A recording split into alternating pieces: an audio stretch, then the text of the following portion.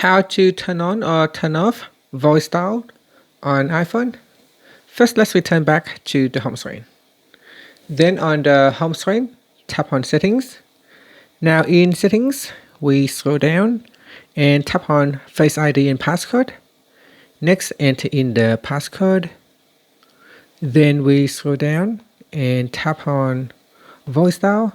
Tap on the toggle button to switch it off or turn it on.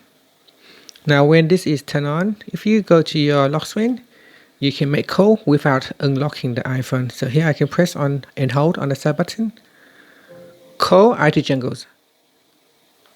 Calling ITJungles.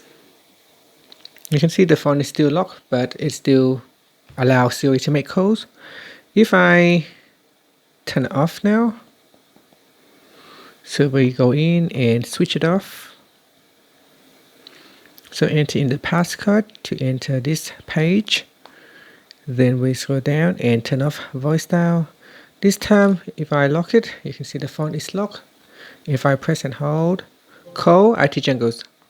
You'll need to unlock your iPhone first. And it said that I need to unlock it first before I can make a call. So that is the voice dial features on the iPhone. Thank you for watching this video.